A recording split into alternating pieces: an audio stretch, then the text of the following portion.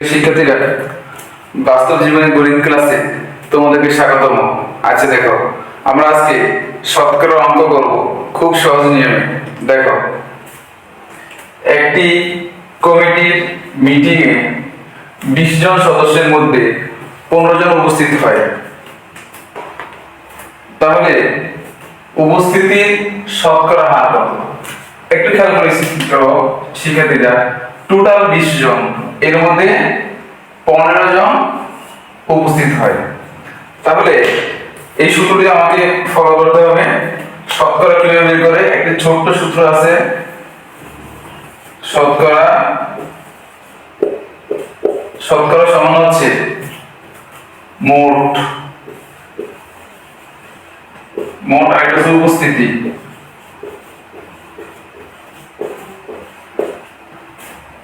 আচ্ছা দেখো, মানে মোট সদস্য উপস্থিত সদস্য, ব্যাপারটা এরকম হবে। মোট হচ্ছে 20 জন আর উপস্থিত 15 জন। যদি আমি শতকরা নিতে চাই, ইনটু 100 দিলে হয়ে যাবে। আচ্ছা, এখন তোমরা দেখো, শূন্য থাকলে শূন্য শূন্য কাটাকাটি করো। এই যে শূন্য শূন্য শূন্য শূন্য কাটা। এরপরে কি হবে স্ট্যান্ডার্ড? এই যে 2, এখানে 2, এখানে 10, 5 দুগুণে 10, 5 দুগুণে 10, আর এখানে 5 15 75। তাহলে শিক্ষার্থীরা, উপস্থিত সদস্য হচ্ছে 75। আমি যদি অনুপস্থিত বের করতে চাই, অনুপস্থিত কত? তাহলে 100 থেকে 75 বিয়োগ দাও, 25%। অথবা শিক্ষার্থীরা, অঙ্কটা আমরা এইভাবে নিতে পারি। কোন একটি ক্লাসে বিজ্ঞান বিভাগের 20 জন স্টুডেন্টের মধ্যে 15 জন স্টুডেন্ট উপস্থিত হয়।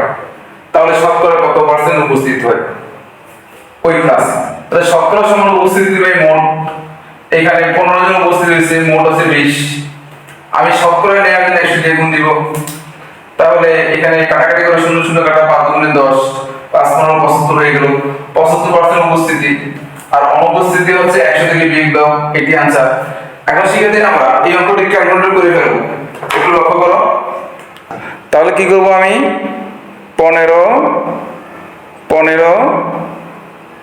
বাই 20, কারণ হচ্ছে 15 জন হচ্ছে উপস্থিতি আর মোট হচ্ছে 20। পেয়ে গেলাম 0.75 ইন্টু 100 দিব। দেখো, হয়ে গেল 75।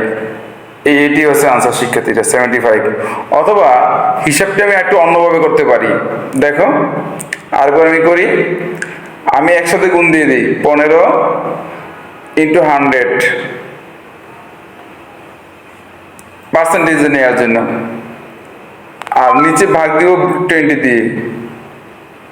তাও কিন্তু 75 হয়। দেখো শিক্ষার্থীরা, তাও কিন্তু 75 হয়। এই যে নিচে 75 লেখা। ধন্যবাদ সবাইকে।